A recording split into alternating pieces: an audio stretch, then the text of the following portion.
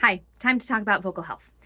There are a couple of tips that I'm going to give you, but first let me emphasize the importance of actually doing these things and not just being like, yeah, I know them. That's what good vocal health is, but I'm not going to practice it.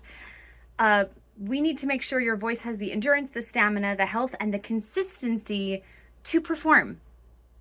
That's just straight up it. And there's not another way to do that than to take care of your voice with good vocal health practices. So just do this, okay? The first is to hydrate regularly. You should bring a water bottle to class every day, every day, every day, every single day, even cold days. And then you should make sure that you're drinking water throughout class. If you run out of water in your water bottle, go get a drink. But don't be like, there's a water fountain not far from Mrs. C's little theater, so I'll just use that. No, you need more water than that. Bring a water bottle and then go fill it up when it gets empty because you're drinking it all throughout class. Just do it. Keep your vocal cords lubricated. Okay, it reduces the risk of strain and injury.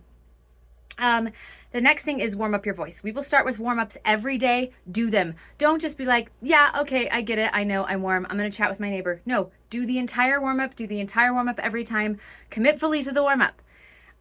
Your vocal cords are muscles like any other muscle in your body, and they have to be warmed up before use, especially since this is like the first class of the morning, okay? You probably haven't been doing much today. So perform your vocal exercises and stretches before rehearsals, which is what class is, and before your performances. You need to make sure you don't overuse your voice. So rest your voice when possible. Great time to rest your voice is when I'm talking and you should be listening. But don't scream, shout, or try to talk over other people in noisy environments. If you want to go to a rock concert and you behave like people do at a rock concert, that's going to cause you a problem, at least for the next day, with what your voice is capable of doing. Use proper technique. I will teach you about proper technique and breathing and posture and all that good stuff and pitch and all of those things so that you can speak without strain. That's really important. It might hurt, but you're like, but my voice still is fine now, so I can do that a couple times, right? No, just do the things that are good for your voice only, okay? You need to avoid irritants. You shouldn't be smoking or drinking anyway, but if you take this advice as an adult and you decide you want to be a smoker or drinker, just know that smoking and drinking are irritants on your voice, and you will pay a vocal price for those behaviors. They can cause inflammation and damage to your vocal cords. Maintain good posture. Proper posture helps support the good breath that we need, and it reduces tension in the neck and the shoulders, which anything tensing up here while you're using it can cause vocal injury. You need to stay healthy.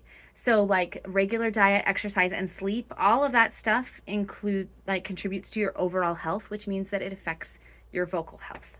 So in addition to excessive alcohol, caffeine. So if you are drinking a lot of caffeine, that does not count as hydrating you. It does the reverse. It dehydrates you. So stay away from a lot of caffeine, you guys.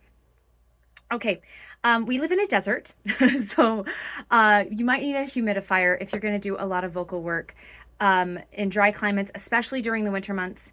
The air dries your vocal cords out, and drinking the water doesn't totally replace it as effectively as if you were breathing in humid air. Some foods can cause acid reflux, and that can damage your vocal cords.